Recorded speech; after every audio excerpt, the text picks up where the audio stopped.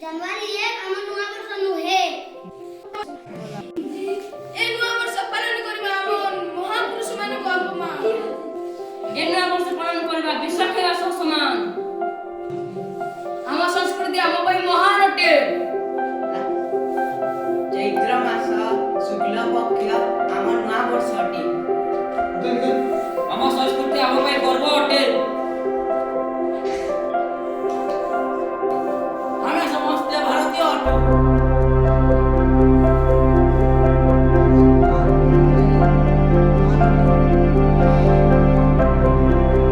ଜାନୁଆରୀ 1 କୁ ବର୍ତ୍ତମାନ ଯେଉଁମାନେ ନୂଆ ବର୍ଷ ରୂପରେ ପାଳନ କରୁଛନ୍ତି, ଧୁମଧାମରେ ପାଳନ କରୁଛନ୍ତି, ସେମାନଙ୍କୁ ମୋର ଗୋଟେ ପ୍ରଶ୍ନ, କ'ଣ ସେମାନେ ଭାରତୀୟ ନୂଆବର୍ଷ ବିଷୟରେ କିଛି ଜାଣିଛନ୍ତି?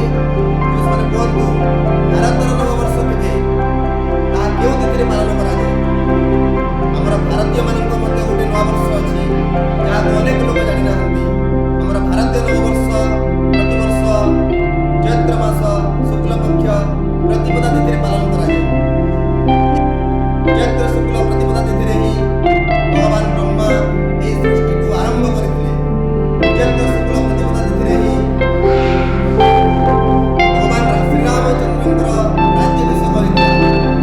ଏହି ଚୈତ୍ର ଶୁକ୍ଳ ପ୍ରତିପଦା ତିଥିରେ ଯୁଧିଷ୍ଠିର ମହାରାଜଙ୍କର ରାଜ୍ୟାଭିଷେକ ହୋଇଥିଲା ଏବଂ ଏହି ଚୈତ୍ର ଶୁକ୍ଳ ପ୍ରତିପଦା ତିଥିରେ ହିଁ ଆମର ରାଷ୍ଟ୍ରୀୟ ସ୍ୱୟଂସେବକ ସଂଘର ପ୍ରତିଷ୍ଠା ହୋଇଥିଲା।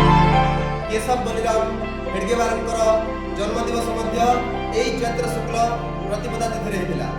ତେଣୁକରି ଆମେ ନିଜକୁ ଭାରତୀୟ ବୋଲି ଗର୍ବ ଅନୁଭବ କରିବା ଏବଂ ଆମର ହିନ୍ଦୁ ତିଥି ଭାରତୀୟ ନବବର୍ଷ ଭାରତୀୟ ଅନୁସାରେ ହିଁ ଆମେ ପାଳନ କରିବା ଚୈତ୍ର ଶୁକ୍ଳ ପ୍ରତିପଦା ତିଥିରେ। ଏହି ଚୈତ୍ର ଶୁକ୍ଳ ପ୍ରତିପଦା ତିଥିରେ ସ୍ୱାମୀ ଦୟାନନ୍ଦ ସରସ୍ୱତୀ ଆର୍ଯ୍ୟ ସମାଜର ପ୍ରତିଷ୍ଠା କରିଥିଲେ ଏବଂ ଏହି ଚୈତ୍ର ଶୁକ୍ଳ ପ୍ରତିପଦା ତିଥିରେ ହିଁ ଅଙ୍ଗଦ ଦେବଙ୍କର ଜନ୍ମତିଥି ଏବଂ ଏହି ଚୈତ୍ର ଶୁକ୍ଳ ପ୍ରତିପଦା ତିଥିରେ ହିଁ କାଳଗଣନାର ଆରମ୍ଭ ହୋଇଥିଲା। ତେଣୁକରି ଆମେ ସ୍ୱାଧୀନ ହେଲା 1947 ମସିହାରେ, କିନ୍ତୁ ନିଜର ସ୍ୱଠାରୁ ଆମେ ଦୂରେଇ ଗଲା। ଆମର ସ୍ୱଭାଷା, ସ୍ୱଭୂଷା, ସ୍ୱ ସଂସ୍କୃତିରୁ ଆମେ ଦୂରେଇ ଗଲା।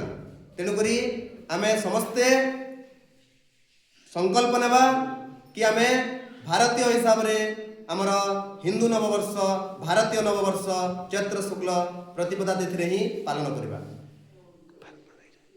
भारत माता की जय वंदे मातरम। जय जवान जय